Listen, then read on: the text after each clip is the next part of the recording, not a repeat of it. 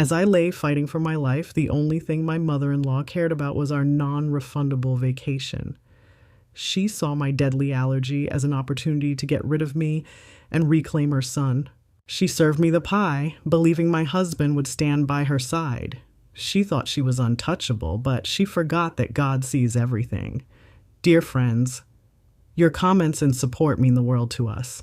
Tell us, what challenges have you faced in life, or maybe you're facing right now? Like this video and write where you are watching us from. We will be happy to send you our regards. The memory of my own mother is a watercolor painting softened by the rain of 20 years. I see her hands, mostly. Strong, yet gentle, kneading dough for biscuits on a flowered countertop in our little shotgun house back in Vicksburg. Her scent was a mix of vanilla and laundry starch, a fragrance of safety I thought I'd lost forever the day the Lord called her home. I was just a girl then, all knees and elbows, with a heart too small to hold such a giant grief. For years, that space inside me remained a hollow echo, a room where love used to live, and then I met Malik. Malik was a force of nature, with a laugh that could chase the shadows from any room and a spirit as steady and deep as the Mississippi River I grew up beside. But when he brought me home to meet his mother, Genevieve, that's when the hollow places in my heart began to feel furnished. Genevieve lived in a pristine brick bungalow in the heart of St. Louis, a house that smelled of cinnamon, baked bread, and the kind of generational love I'd only read about in books. She was a pillar of their church, the First Baptist Assembly of God, a woman whose name was always followed by a respectful nod and a quiet, "Oh, she's a wonderful lady." She enveloped me in a hug that first day, a hug that felt like coming home. "Amara," she'd said, holding my face in her soft hands, her eyes warm and searching. "Malik has told me so much about you, but he didn't say your soul was this beautiful." From that moment, she wasn't just Malik's mother, she became Mama Genevieve. She taught me the secrets to her smothered pork chops, the right way to fold a prayer cloth, and how to find the ripest peaches at the Soulard market on a Saturday morning. She was filling the silence my mother's absence had left, and I drank in her affection like a woman dying of thirst. Was it too good to be true? Perhaps that's a question only the hindsight of tragedy can afford to ask.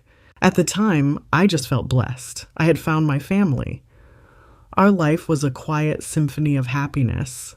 Malik's work as a civil engineer was taking off, and I was finding my footing as a freelance graphic designer, working from the sun-drenched spare bedroom we'd turned into my office.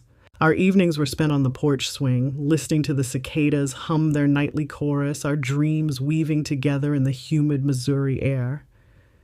We were building a life, brick by loving brick, and Mama Genevieve was our foundation. Or so I believed. If you only knew the kind of secret a foundation like that could hide, you would understand that some structures are built to collapse from the very beginning. The most beautiful facades often conceal the deepest rot, and I was living right in the middle of it, completely blind, happy, and about to learn the hardest lesson of my life. The truth has a funny way of revealing itself, often waiting until you are at your most vulnerable before it strikes. And strike it did. For our 3rd anniversary, Malik and I decided to do something truly special. For years, we'd collected brochures and dog-eared magazine pages about one place, Martha's Vineyard. It seemed a world away from St. Louis, a storybook island of gingerbread cottages, salty air, and serene beaches. It was the dream trip. The one day we whispered about late at night. This year, one day was finally here. We'd saved, we'd planned, and Malik had booked a charming little bed and breakfast for a whole week. It was to be our paradise, a celebration of the love that felt like the greatest gift I'd ever received. We were bursting with excitement, and we couldn't wait to share the news with the woman who had become the matriarch of our little family. That was my first mistake, assuming my joy would be hers too. We decided to tell her over Sunday dinner, a weekly ritual at her house that was as sacred as the church service that preceded it. The scent of roasted chicken and collard greens seasoned with smoked turkey met us at the door. Mama Genevieve's kitchen was her sanctuary and her stage, the place from which she dispensed both nourishment and what I took to be wisdom. The table was already set with her best china, the plates with the little gold rims she only used for special occasions. It felt like she already knew. like she was celebrating with us. "We have some wonderful news, Mama," Malik said, beaming as he squeezed my hand under the table. He was always so proud, so open with his happiness. Mama Genevieve placed a steaming bowl of macaroni and cheese on the table, a dish so decadent it was practically a currency of love in our family. "Oh, what is it, baby?" she asked, her smile as warm and inviting as the food she served. "Don't tell me I'm finally getting a grand baby." We both laughed. "Not yet, Mama," I said gently, "but it is about our family. For our anniversary, we're going to Martha's Vineyard." The silence that followed was almost imperceptible, as brief as a skipped heartbeat, but in that tiny pause, the entire atmosphere of the room shifted. It was like a cloud passing over the sun on a perfect day. Her smile didn't vanish, but it tightened.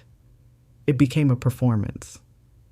She picked up a serving spoon, her movements suddenly deliberate, almost stiff. "Martha's Vineyard," she repeated, the name of the island sounding foreign and strange on her tongue. Well, isn't that something? All the way out there on the East Coast. Fancy. The word fancy was dropped into the conversation like a stone in a calm pond. It wasn't a compliment, it was a judgment. Malik, ever the peacekeeper, jumped in to smooth the ripples.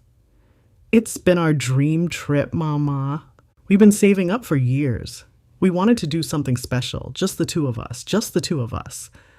I wonder if he knew, as he said those words, that they were the very trigger. I watched her face as she served herself a small portion of greens, her eyes cast down. Have you ever seen someone try to mask a deep wound with a placid expression? It's a battle fought in the micro muscles around the eyes and the corners of the mouth. And in that moment, I saw a flicker of something raw and unsettling in her gaze. A deep, profound sense of being left behind. It was a look I'd seen on the faces of children in a schoolyard, watching others get picked for a team, but seeing it on her face, in this house filled with love and warmth, felt deeply, fundamentally wrong. "Oh, of course, baby," she said, her voice a little too bright, a little too saccharine. "A husband and wife need their own time, I understand that. It's just, I've always wanted to see the ocean. My late husband, Lord rest his soul, he always promised he'd take me. We just never got around to it." She sighed, a delicate, heartbreaking sound. "You go on and have a wonderful time. Just promise your old mama you'll send me a postcard." The guilt was instantaneous and suffocating. She had expertly woven a tapestry of gentle disappointment, martyrdom, and wistful longing. She hadn't forbidden us. She hadn't yelled. She hadn't made a scene. She had done something far more effective. She had made our joy the source of her pain. Malik, bless his heart, fell for it completely. "Mama, that's not—" "We'll take you on a trip," he promised, his voice earnest. "Just you and us. Maybe down to Florida next year, but this is for our anniversary." She just nodded, patting his hand. "I know, son. I know. I'm happy for you. Truly." But her eyes told a different story. They were looking at me just for a second, and the warmth I had mistaken for love was gone. In its place was something cold, something calculating. It was a look that said, "You are the one taking him. You are the reason I'm being left behind." I felt a chill crawl up my spine that had nothing to do with the draft from the old window. I was starting to realize that the love she had for her son wasn't a lantern to guide his way. It was a cage. And I was the one who had given him the key to leave it. I just didn't know yet that she was willing to do anything. Absolutely anything to get him back inside. The days following that Sunday dinner were thick with an unspoken tension. On the surface, everything was normal. Mama Genevieve called me on Tuesday to share a new recipe for cornbread, her voice as syrupy sweet as ever. She called Malik on Wednesday to remind him to get his oil changed before our long drive to the airport. They were the actions of a caring mother, the normal rhythms of our life. But underneath, the music had changed. There was a dissonant chord playing softly in the background, a note of wrongness that I couldn't quite identify but could feel in my bones. Malik didn't seem to notice.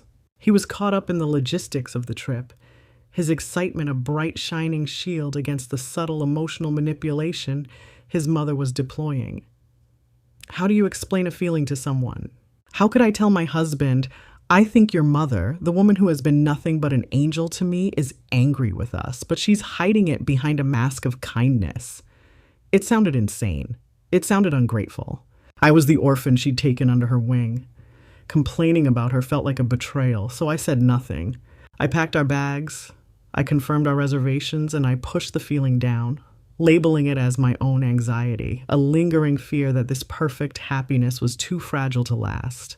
It's terrifying to look back now and see how close I was to the truth, how my own intuition was screaming at me, but I kept telling it to be quiet. The Friday before our departure, 2 days before we were set to fly out, Mama Genevieve called with an invitation. I want to cook a special pre-anniversary dinner for my 2 favorite people, she'd announced. A proper send-off. My treat. A wave of relief washed over me. Maybe I had been wrong. Maybe she had come to terms with it and wanted to show her support. This was the Mama Genevieve I knew and loved, generous, thoughtful, and celebratory.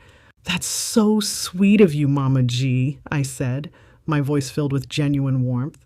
We'd love that. Wonderful, she chirped. And I'm making a special dessert.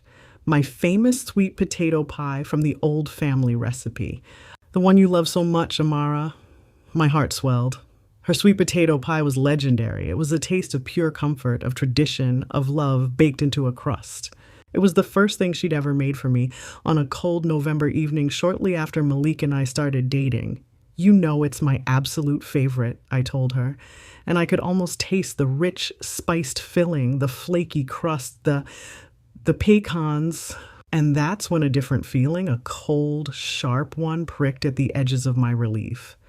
Her recipe, the old family recipe, was famous for its crunchy, caramelized pecan topping. But ever since I had come into the family, she had always made a special, separate one for me, without the nuts. Malik had explained my allergy to her the very first time, his voice firm and serious. Mama, it's not a small thing. Amara is deathly allergic to pecans, not just a rash, but anaphylactic shock. Her throat closes up. It's life-threatening. She had looked horrified, clutching her heart. Oh, my Lord, don't you worry, baby, she'd said to me. I would never, ever let one of those nuts touch your plate. And she never had. For years, there were always 2 pies at every holiday, every celebration. One for the family and Amara's pie. Don't worry, honey, she said now, her voice anticipating my thought before I'd even fully formed it. It was an uncanny, unsettling bit of mind reading. I remember your allergy. I'll make yours special just for you. No pecans. Wouldn't dream of it. Her reassurance should have calmed me. It did the opposite. Why did it feel so rehearsed? Why did the thought of that pie now fill me with a quiet, creeping dread? It was just a pie. And this was just a woman who loved me like a daughter, right? But as I hung up the phone, I couldn't shake the image of her face from that Sunday dinner, the flicker of coldness in her eyes, the look that said, "You are taking him from me." I stood in our sunlit kitchen, the happy life we had built surrounding me, and I felt a chill as cold as the grave. I was walking into a trap, and the bait was the very thing I craved most, a mother's love, baked into a sweet potato pie. What started as a love fest is now shrouded in doubt. Amara stands at the threshold of her mother-in-law's house, unaware that behind that door awaits more than just dinner, but a test that will change her life forever. Trust is so easy to break, isn't it? Stay tuned to find out how the sweet taste of betrayal can be deadly. Walking up the manicured stone path to Mama Genevieve's front door felt like stepping onto a stage. The porch light cast a warm, golden glow, making the red geraniums in her planters look like velvet. From the outside, it was a portrait of domestic tranquility, a sanctuary of suburban peace. But as Malik raised his hand to ring the bell, I felt my own hand instinctively grab his arm. He stopped, turning to me with a look of concern. "You okay, baby? You've been quiet all the way over here." I forced a smile, a brittle thing that felt like it might shatter on my face, and just a little tired, excited about the trip. It was a weak lie, and we both knew it. My silence in the car hadn't been peaceful. It had been a heavy, suffocating blanket of anxiety. I was a bundle of nerves, and the source of every frayed thread was waiting for us on the other side of that door. How could I explain that I was terrified of the woman who had only ever shown me kindness? How could I voice the suspicion that felt like a poison in my own soul? Voicing it would make it real, and I wasn't ready for that. I was clinging to the hope, however frail, that I was wrong. Before Malik could press further, the door swung open. Mama Genevieve stood there, framed in the doorway like a matriarch in a painting. She was wearing a floral apron over a crisp Sunday dress, and her smile was dazzling. "There are my babies!" she exclaimed, her voice booming with a manufactured joy that seemed to echo slightly in the quiet street. She pulled Malik into a fierce hug first, kissing his cheek loudly. "Look at you, my handsome boy." Working too hard, I can tell. Then she turned to me. Her arms wrapped around me, but her embrace felt different. It was stiff, proprietary. It wasn't the welcoming hug of a mother. It was the grip of someone staking a claim. And Amara, "You look thin, child. Don't you let my son work you to the bone." The comment, disguised as concern, was a tiny, sharp dart. It was meant to suggest I wasn't taking care of myself, or perhaps that I was a burden on her perfect son.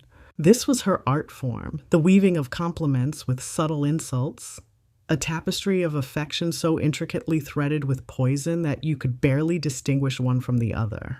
We stepped inside, and the aroma of home cooking wrapped around us.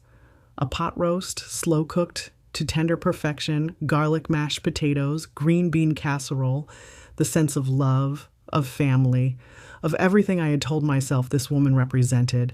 But tonight, these familiar smells seemed cloying, heavy, like the thick scent of lilies in a funeral home. The house was immaculate, as always. Every piece of furniture was polished to a high sheen, every photograph on the mantelpiece perfectly angled. The photos chronicled Malik's life, baby pictures, school portraits, graduation photos. I was in a few of the more recent ones tucked in beside him, but it was clear that I was a late addition to a story that had already been written. As Malik launched into a story about a project at work, I watched Mama Genevieve. She listened, her eyes fixed on her son, her expression one of utter adoration. It was the look of a worshiper at the feet of a god. She would refill his glass of sweet tea before it was half empty, laugh a little too loudly at his jokes, and pat his hand with a possessive tenderness. I, on the other hand, had ceased to exist. She didn't look at me, didn't include me in the conversation. I was merely a spectator to this private two-person play. The hollow space inside my heart, the one I thought she had filled, began to ache with a familiar, lonely echo. I was beginning to understand that the space hadn't been filled at all. It had just been occupied, and my lease was about to expire. We sat down at the dining table, the one with the gold-rimmed china. The meal was, objectively, magnificent. The roast fell apart at the touch of a fork, the potatoes were creamy and rich, the casserole was a masterpiece of savory flavors. It was a meal designed to disarm, to soothe, to lull the recipient into a state of comfortable, satiated trust. And as I ate, a part of my brain fought a silent, desperate war. "See?" the logical side screamed. "This is a woman who loves you. She cooked all your favorite things. You are being paranoid, ungrateful, and cruel. Your anxiety is inventing monsters where there are none." But the other part, the primal, intuitive part, the part that had kept my ancestors alive for generations, whispered a chilling reply. The spider spins the prettiest web for the fly it intends to eat. Mama Genevieve kept the conversation flowing, a masterclass in passive aggression. She steered the topic to family, to legacy, to the unbreakable bond between a mother and her son. She told a story about how Malik, when he was 5, had gotten lost in a department store. "I was frantic," she said, her voice trembling with the memory, "just sick with worry. When I finally found him crying in the toy aisle, he wrapped his little arms around my leg and said, 'I'll never leave you again, Mama.' And you know what? He never has." She looked from Malik to me, a sweet, knowing smile on her lips. The message was as clear as the crystal glasses on the table. "He belongs to me. He always has. You are just a temporary guest." Malik, bless his oblivious heart, just chuckled. I was a mama's boy, wasn't I? You were perfect, she corrected gently. And you still are. Finally, after the main course was cleared, came the moment I had been dreading and anticipating all evening. Mama Genevieve walked back in from the kitchen with a flourish, holding 2 pies. They were beautiful, textbook perfect, golden brown crusts, rich, dark orange filling. One was covered in a glistening, intricate lattice of caramelized pecans. The other was plain, smooth, and unadorned. "Dessert is served," she announced, her voice a song of culinary triumph.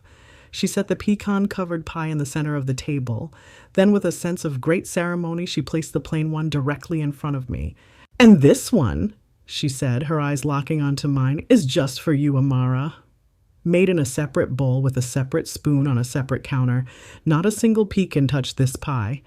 I was as careful as a surgeon. I would never, ever risk my daughter's health. Every word was a nail in the coffin of my suspicion. She had anticipated my every fear and addressed it with a public declaration of her care and diligence. To refuse now would be an insult of the highest order. It would be an accusation, a declaration of war at her dinner table. I looked at Malik. He was smiling, his face full of love for me and for his mother, blissfully unaware of the psychological drama unfolding. He saw a loving gesture. I saw a checkmate. How could I possibly say no? My intuition screamed, "Don't eat it." But my voice, when it came out, was a weak, traitorous whisper. "Thank you, Mama Genevieve. It looks perfect." She beamed a wide, triumphant smile. "Only the best for my boy and his lovely wife," she said. She sliced a large piece of my safe pie and placed it in front of me. The aroma of cinnamon, nutmeg, and sweet potato filled the air. It smelled like home. It smelled like love. It smelled like the deepest, most cunning betrayal I would ever know.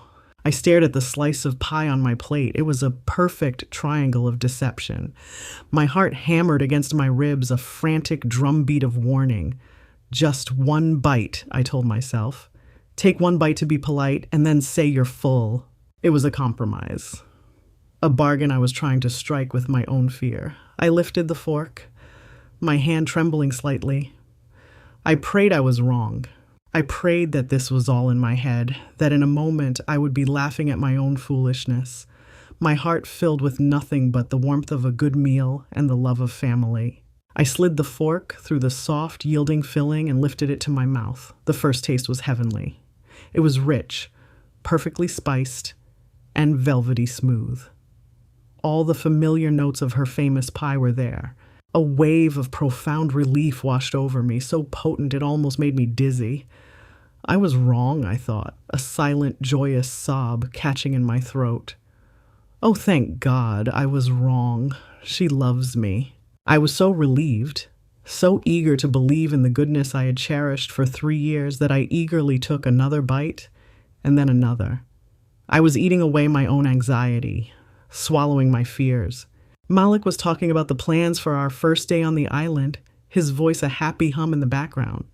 Mama Genevieve was watching me, her head tilted slightly, a placid smile on her face.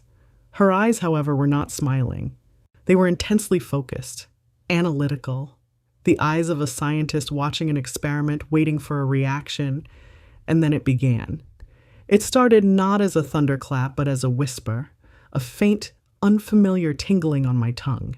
I paused, my fork halfway to my mouth. I swallowed, trying to chase the sensation away, but it didn't go away. It intensified.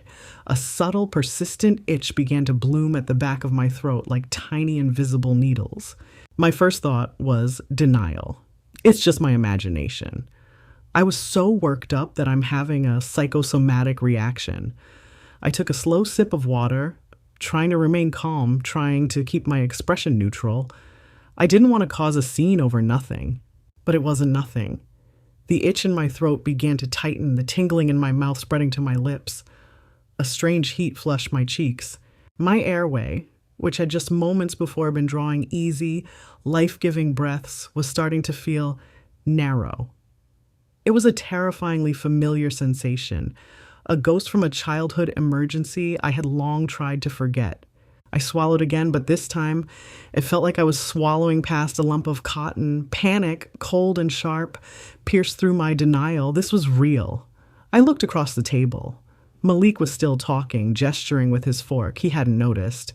But Mama Genevieve, she hadn't taken her eyes off me. Her smile was gone. Her face was a blank canvas, an unnerving mask of neutrality. She was simply watching, waiting. And in that moment, the horrifying, world-shattering truth crashed down on me with the force of a physical blow. She knew. She had done this.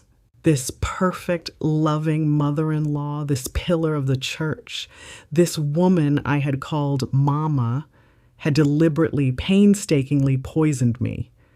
The pie wasn't a mistake. It was a weapon. My breath hitched. A wheeze escaped my lips, a sound I couldn't control. My chest felt like an iron band was being tightened around it. I tried to speak, to say Malik's name, but all that came out was a strangled gasp. My hands flew to my throat as I shoved my chair back from the table, the legs scraping violently against the polished wood floor. The sound finally broke the spell. Malik's head snapped towards me, his happy expression dissolving into confusion and then dawning horror. "Amara? Baby, what's wrong?" I couldn't answer. The room was starting to tilt, the edges of my vision blurring. The last thing I saw before the darkness swallowed me was Mama Genevieve's face. And on it, just for a fleeting second, I saw not concern, not panic, but a flicker of something that looked chillingly like satisfaction. What was supposed to be a farewell dinner has turned into a battleground for Amara's life. The mask is off, and the monstrous truth is beginning to come to light.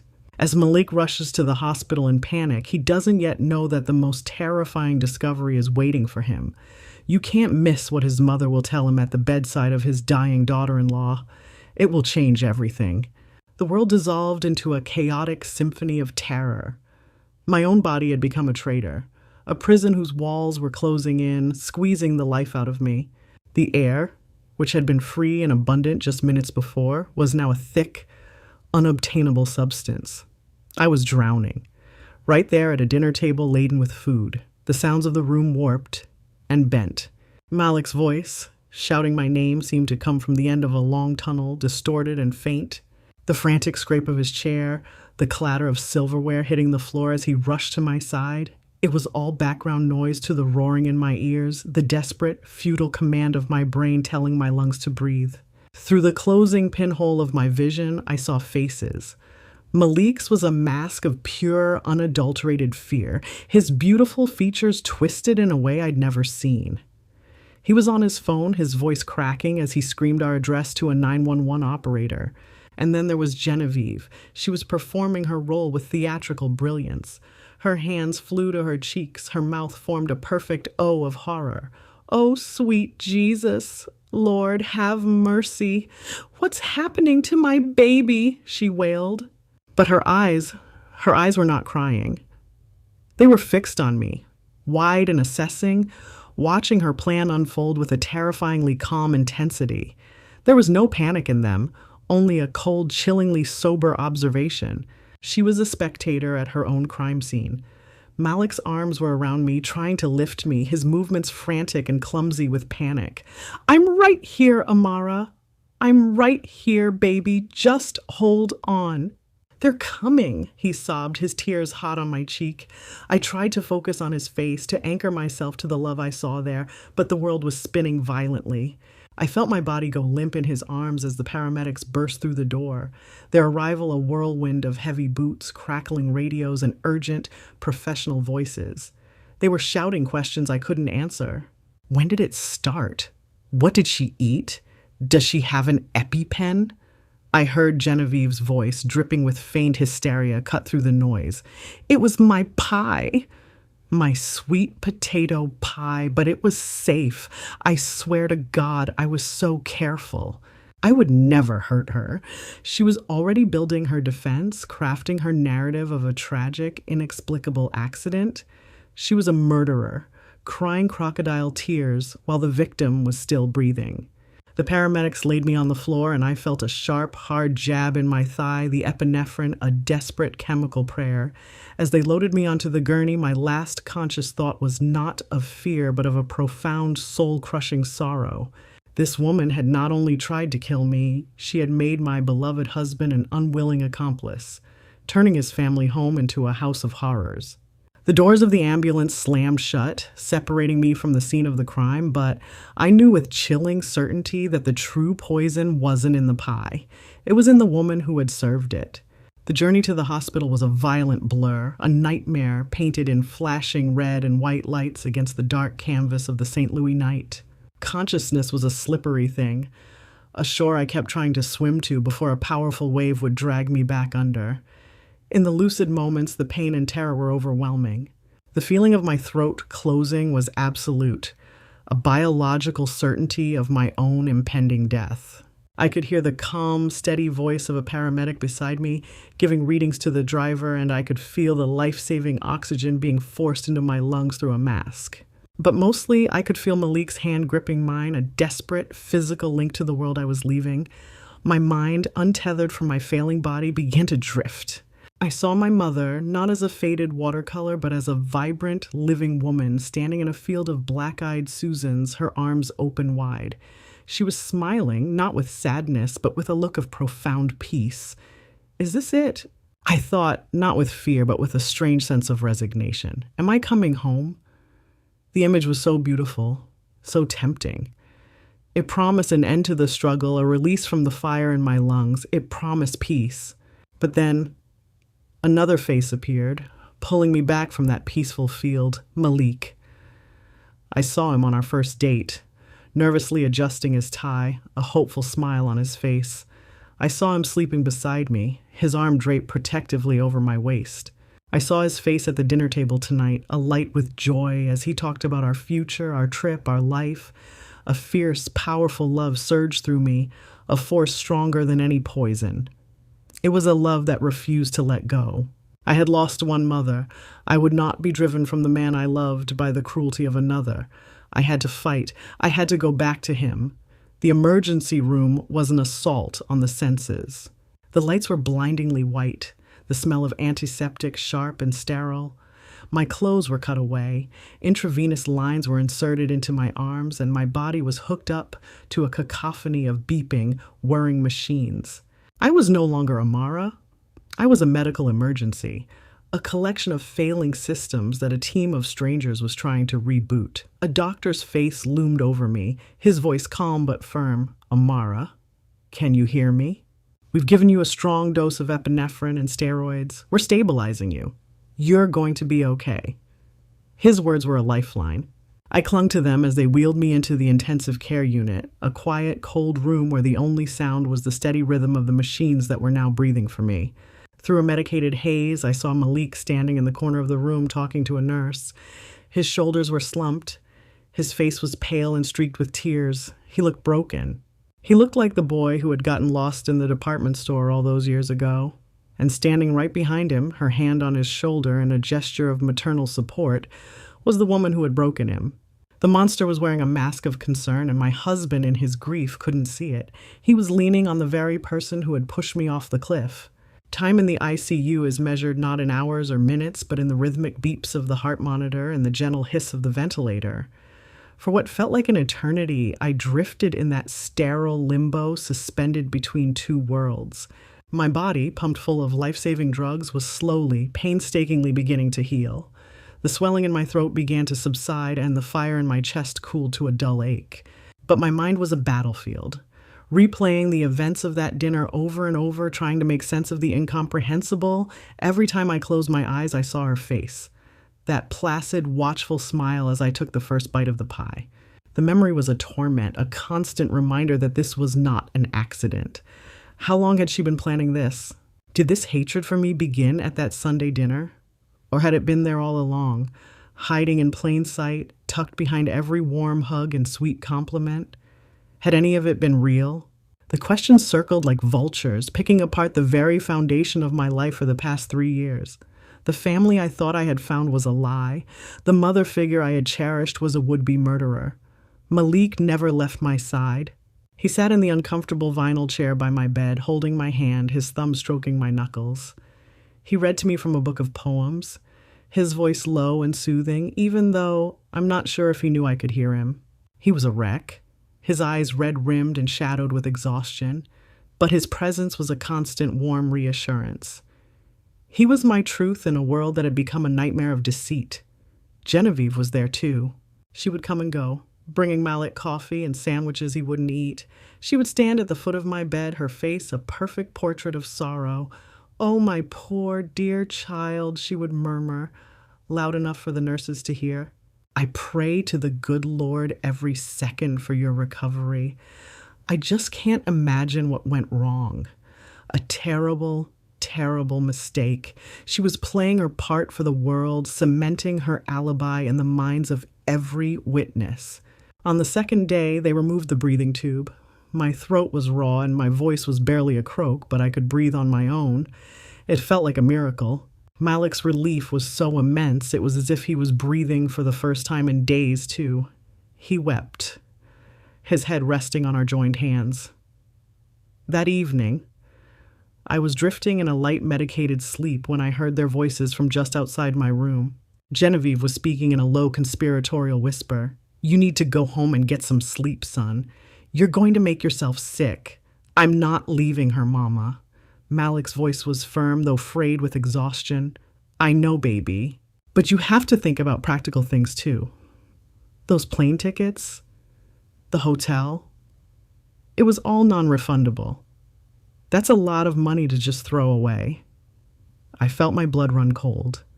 I strained to hear Malik's reply, my entire being focused on his voice. "Money? Mama, are you serious?" he whispered, his voice incredulous. "I don't care about the money. I almost lost my wife." There was a pause, and then Genevieve spoke again, her voice as smooth and sweet as poisoned honey. "I know, son. I just mean, since the trip is already paid for, and Amara is going to be in here for a while, recovering, maybe you should still go. You could take me. It would be a shame to let it all go to waste." The truth is finally revealed, not in a scream, but in a chilling, selfish whisper. Malik is standing at a crossroads, holding the shattered pieces of everything he thought he knew about his mother. What happens when a son is forced to see his mother not as a saint, but as a monster? The confrontation that is coming will tear this family apart forever. You absolutely cannot miss what he does next. I lay in the sterile semi-darkness of the hospital room, my eyes wide open, staring at the acoustic ceiling tiles. The words I had overheard replayed in my mind, a venomous, looping whisper, ashamed to let it all go to waste. Maybe you should take me. It was the final, undeniable piece of the puzzle, the proof. The horrifying, monstrous truth laid bare in a moment of casual, breathtaking greed. It wasn't a mistake, it wasn't an accident. It was a cold, calculated plot, executed with a smile designed to remove me from the picture so she could take my place at her son's side. The chill that spread through my body had nothing to do with the hospital air conditioning. It was the ice-cold touch of pure evil. When Malik walked back into the room, the change in him was stark. The fog of his grief and exhaustion had been burned away by the acid of his mother's words. What remained was a horrifying clarity. His face was a pale, taut mask of disbelief and dawning rage. He looked at me, and for the first time in days, I could see he was no longer just seeing his sick wife. He was seeing a victim. He was seeing the target of an unspeakable betrayal. He pulled the uncomfortable chair close to my bed, his movement stiff, robotic. He took my hand, his grip so tight it was almost painful, as if he was afraid I might fade away. He didn't speak for a long moment, just stared at our joined hands. The only sound was the steady, rhythmic beep of the heart monitor, a metronome counting down to the explosion I knew was coming. Finally, he lifted his head, and his eyes, bloodshot and filled with a terrible pain, met mine. "I heard her, Amara," he said, his voice a raw, broken whisper. "I heard what she said out there. About the trip." He shook his head slowly, a gesture of profound, soul-deep disillusionment. "Tell me everything. Tell me what you were scared to say before. I need to hear it from you. I need to know." And so, I told him. My voice was a reedy croak, my throat still raw, but I forced the words out. I told him about the Sunday dinner, about the flash of coldness in his mother's eyes when we announced our trip. I told him about the phone call, her strange, rehearsed reassurance about the pie, and the dread that had settled in my stomach. I told him how she had watched me not with love, but with a terrifying clinical focus as I ate the dessert she had made just for me. As I spoke, I watched the last vestiges of denial crumble in his expression. Every word I said was another stone falling into place, building a wall of truth that he could no longer ignore. He wasn't just hearing my suspicions, he was connecting them to a lifetime of smaller moments, of subtle manipulations, of possessive love that he had always accepted as normal. His mother hadn't just suddenly become a monster. The monster had been there all along, hiding behind a mask he had been conditioned since birth never to question. He didn't interrupt me. He just listened, his jaw tightening, a muscle twitching in his cheek. When I finished, he closed his eyes and a single tear traced a path through the stubble on his cheek. "The pie," he whispered, his voice thick with horror. "All those years she was so careful, always 2 pies. This time it wasn't a mistake, was it?" "No, Malik," I whispered back, my own tears starting to fall. "It wasn't a mistake." He opened his eyes, and the love and pain within them was now forged with something new, a cold, hard, terrifying resolve. He had been betrayed just as surely as I had. She had not only tried to take his wife, she had tried to destroy his soul, to make him an accomplice to her darkness. The mama's boy was gone, and in his place sat a man who was about to bring down the pillar of his entire world. The timing was almost poetic, a final act in a tragedy of her own making. Just as the terrible silence settled between us, the door to my room swung open and Genevieve bustled in, a beacon of false cheerfulness. She was carrying a fresh cup of coffee and a gossip magazine. "I thought you might want something to read, honey," she said to me, her voice dripping with phony sweetness. She placed the magazine on my bedside table, deliberately avoiding my gaze. "And how's my boy doing?" "You look like you could use this." She held the coffee out to Malik. He didn't move. He didn't take it. He just stared at her, his expression unreadable, his silence a sudden heavy weight in the room. "Malik?" she asked, her smile faltering for the first time. "What is it? What's wrong?" He rose from his chair slowly, every movement radiating a controlled, lethal fury. "I was just talking to my wife, Mama," he said, his voice dangerously quiet. "She was telling me about the send-off dinner you made for us." Genevieve's eyes flickered nervously towards me, then back to her son. "It was a lovely evening," she said, her hand holding the coffee cup starting to tremble, "right up until the accident." "The accident," Malik repeated, the words tasting like ash in his mouth. "That's what you call it."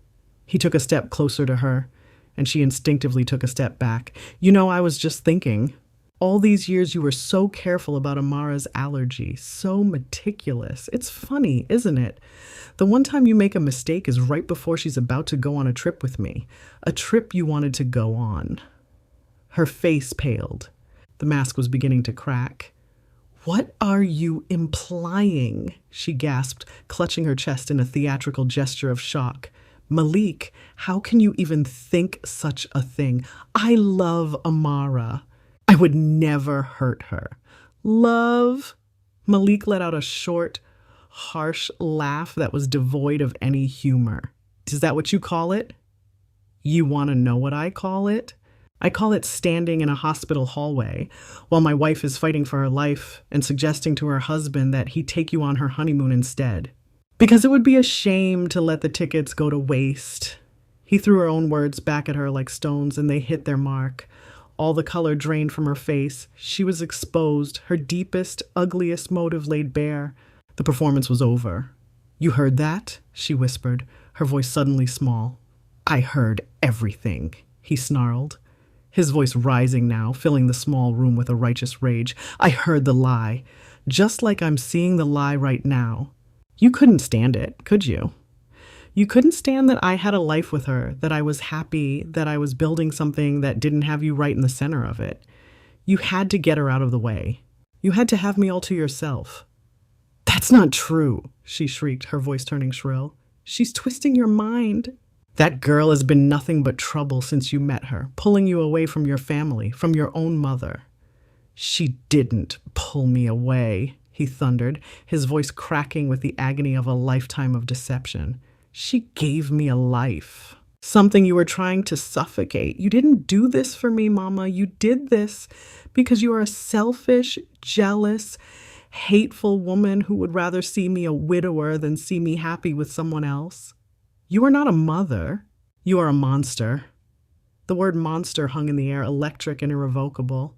It was the final blow, the one that shattered Genevieve's carefully constructed world completely. The mask of the grieving, loving mother didn't just crack, it disintegrated, revealing the twisted, writhing face of pure, narcissistic rage beneath. Her feigned weakness evaporated, replaced by a venomous fury. "How dare you?" she hissed, her eyes narrowing into slits. "After everything I've done for you? I gave you life. I sacrificed everything for you, and this is how you repay me? You choose this outsider over your own blood? She is not an outsider." Malik's voice was like iron. "She is my wife. The woman you tried to murder with a piece of pie because you couldn't handle being second in my life for the first time ever." "It was for the best," she screamed, the confession finally erupting from her, ugly and raw. "She was making you weak. You're my son. Mine. You belong with me." It was the most honest thing she had ever said to him. Her entire motivation, her entire twisted philosophy laid bare in that one possessive cry. In that moment, I saw not a mother, but a thief. A woman who didn't want to love her son, but to own him. Malik just stared at her, his rage slowly cooling into a kind of dead, empty finality. The heartbreak was still there, but it was now the ache of a necessary amputation. He had to cut off the limb to save his own life. "Get out," he said, his voice flat, devoid of any emotion. "What?" she stammered, taken aback. "Get out," he repeated, pointing a trembling finger towards the door. "Get out of this room, get out of this hospital, and get out of our lives. You will not call me, you will not come to our house, you will never, ever see me or my wife again. As of this moment, as far as I am concerned, my mother is dead." The finality of his words struck her like a physical blow. She stared at him, her mouth agape, searching his face for any sign of weakness, any crack she could use for leverage. She found none. She saw only the resolute, hardened face of a stranger. Her son was gone. She had killed him. Her rage turned to pathetic, manipulative tears. "Malik, baby, you don't mean that," she sobbed, reaching for him. "You're upset. You're not thinking clearly." He recoiled as if from a snake. "Don't you ever call me that again," he said, his voice laced with disgust. He turned and pressed the nurse's call button. "And don't you ever touch me again?" When the nurse arrived, Malik's voice was calm and steady. "This woman is causing a disturbance and upsetting my wife, who is a critical patient. I need her escorted from the premises immediately. She is not welcome here." The public humiliation was the final nail. Genevieve's face contorted in a mask of pure hatred, aimed not at Malik but at me, lying helpless in the bed. It was a look of such malevolence that it made my skin crawl. It was the look of a killer who had been thwarted but not defeated. As a security guard gently but firmly led her from the room, her last words echoed in the hallway. "You'll regret this. Both of you. You'll come crawling back." Then she was gone. The room fell into a profound, deafening silence, broken only by the steady, faithful beep of the heart monitor. It was over. The pillar had fallen. The foundation of Malik's life had crumbled into dust. He stood in the middle of the room, his back to me, his shoulders shaking with silent sobs. He was alone in the wreckage. I was too weak to go to him, to hold him. All I could do was whisper his name into the ruins. "Malik." He turned, and his face was the face of a man who had lost everything and found everything in the very same moment. He came to my bedside and collapsed into the chair, burying his face in the thin hospital blanket, his tears soaking the fabric. I tangled my fingers in his hair, holding on to him, my anchor in the storm. We were all we had left. The monster has been banished, but the wounds are deep and bleeding. A love that has been poisoned, a trust that has been shattered, and a family that has been destroyed. Can two people rebuild their world on a foundation of such devastating truth? Their journey is far from over. What they decide to do next, how they choose to heal, will define the rest of their lives. This is where their true test begins. Stay to see how love triumphs over the darkest betrayal. In the deafening silence that followed Genevieve's removal, the sterile hospital room transformed. It was no longer a place of crisis, but a sanctuary. The wreckage of Malik's family lay around us, but for the first time in days, we could breathe. We were not suffocating under the weight of her presence, her lies, her cloying counterfeit love. We were simply two people in a quiet room, stripped down to the studs, with nothing left but the raw, unshakable truth of our own love. Malik stayed by my side, a silent, constant sentinel. We didn't talk much in those first few hours. There were no words big enough to hold the magnitude of what had happened. Instead, we communicated in the small, sacred language of touch. His hand in mine, his thumb stroking my palm, my fingers tracing the lines of his weary face. He had lost his mother, the woman he had adored and trusted his entire life. The grief was real. A phantom limb that would ache for years to come, but it was a clean grief. A mourning for the mother he thought he had, not for the monster she had revealed herself to be. And through it all, his eyes, when they met mine, held no doubt, no regret. Only a fierce, protective love that had been tested by fire and had emerged as pure, unbreakable steel. My physical recovery was slow. I had to learn to trust food again, to separate the act of nourishment from the memory of poison. Every meal was a small act of courage, but Malik was there for everyone. He would taste the food first, a gesture so filled with love and contrition it broke my heart, even as it healed it. He was taking care of me, atoning for a sin that was never his to begin with. The news of Genevieve's banishment rippled through the tightly knit community of the First Baptist Assembly of God. The phone calls started, first to Malik's cell, then to mine when I was strong enough to speak. Some were from her staunch defenders, the church ladies who saw only the pious pie-baking saint. They spoke in hushed, concerned tones about a misunderstanding, about the dangers of a wife coming between a mother and her son. They could not conceive of the truth. It was too ugly, too dissonant with the image she had so carefully curated. Malik handled them with a calm, chilling finality. "Thank you for your concern," he would say, his voice flat and emotionless. "But this is a private family matter that has been resolved. We will not be discussing it further." Then he would hang up and block the number. He was building a fortress around us, and the first wall was silence. There were others, however, who called with a different tone. A cousin who whispered, "I'm not surprised." There was always something off about her jealousy. An old family friend who said, "You two stick together. You're all that matters." They were the quiet ones who had seen the flickers of darkness behind the mask and were now relieved that the truth was, in some small way, finally out. Leaving the hospital felt like being released from prison. The sun on my skin, the fresh air in my lungs, it was a resurrection.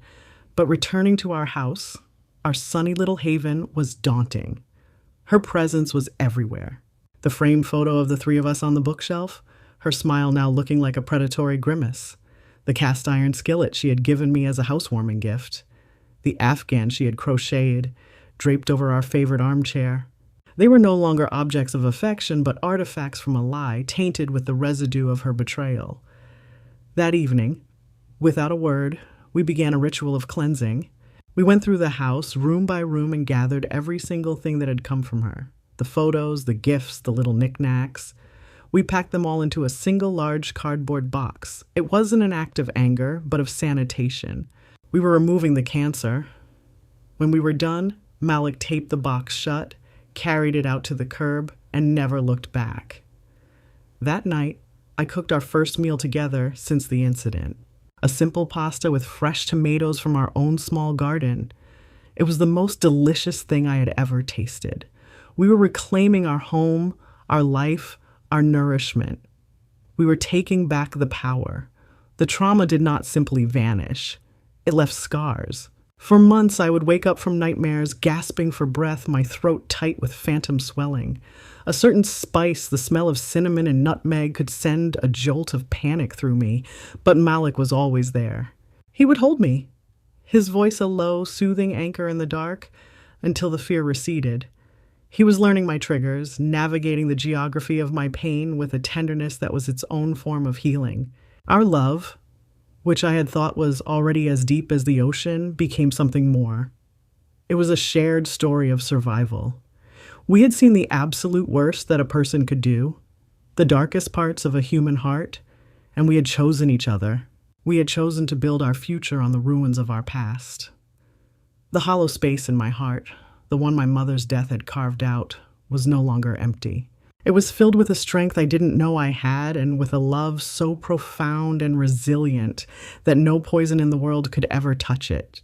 We were no longer just a happy couple. We were partners, soldiers who had fought on the same side of a terrible war and had walked off the battlefield hand in hand. 6 months after I left the hospital, on a crisp spring morning, Malik came into my office while I was working. He was holding 2 plane tickets. "I think it's time," he said softly. "I think it's time we took our trip." I looked at the tickets in his hand. The destination was printed in bold black letters, Martha's Vineyard. My heart didn't pound with fear or anxiety. It swelled with a powerful, defiant joy. This trip was no longer just an anniversary gift. It was a declaration of victory. It was the final step in reclaiming what she had tried to steal. It was our promised land. Stepping off the ferry onto the island was like stepping into another world. The air was clean and sharp with the scent of salt and beach roses. The gingerbread cottages of Oak Bluffs were painted in candy colors, whimsical and bright. The sky seemed bigger, the sun warmer. It was a world away from the humid, complicated streets of St. Louis, a world away from the memory of a brick bungalow filled with lies. It was a place where we could be anonymous, a place where we were defined not by our trauma, but by our love for each other. We spent the week walking hand in hand along the windswept beaches of Aquina, the clay cliffs a stunning backdrop against the turbulent Atlantic. We ate fresh seafood at a tiny restaurant overlooking the harbor, laughing and talking for hours. We rented bicycles and explored the island's winding roads, feeling like children, giddy and free. The weight we had been carrying for months seemed to lift, carried away on the ocean breeze. She had tried to send me to the grave, and instead, my husband had brought me to paradise. On our last evening, our anniversary, we sat on a deserted stretch of sand and watched the sun dip below the horizon, painting the sky in fiery strokes of orange, pink, and purple. The ocean whispered at the shore, a gentle, timeless rhythm. Malik wrapped his arm around me, and I leaned my head on his shoulder, feeling a sense of peace so profound it felt like a prayer. "I love you, Amara," he said, his voice quiet against the sound of the waves, "more than I knew how to before." "I love you," I whispered back. In that moment, I thought of Genevieve. I didn't feel anger or hatred. I felt a distant, sad pity for a woman so starved of love that she had to steal it, so consumed by bitterness that she couldn't recognize joy. She had used a family recipe, a symbol of heritage and connection, as a weapon, but we had survived. We had taken her poison and transformed it into our strength. Our love was now our legacy. Our survival was our family recipe, passed down not through generations, but through the sacred, unbreakable bond of 2 souls who had walked through hell together and had found their own heaven on the other side. The sun disappeared, leaving a soft, hopeful glow on the water. It was the end of a perfect day, and the beginning of the rest of our lives. Their journey to the island was more than a vacation. It was the closing of one chapter and the beautiful, powerful beginning of another. They took the ugliest betrayal and turned it into a testament to their unbreakable bond. This is a story that proves that the deepest wounds can heal and that true love doesn't just survive the storm, it becomes the lighthouse that guides you home. Thank you for listening.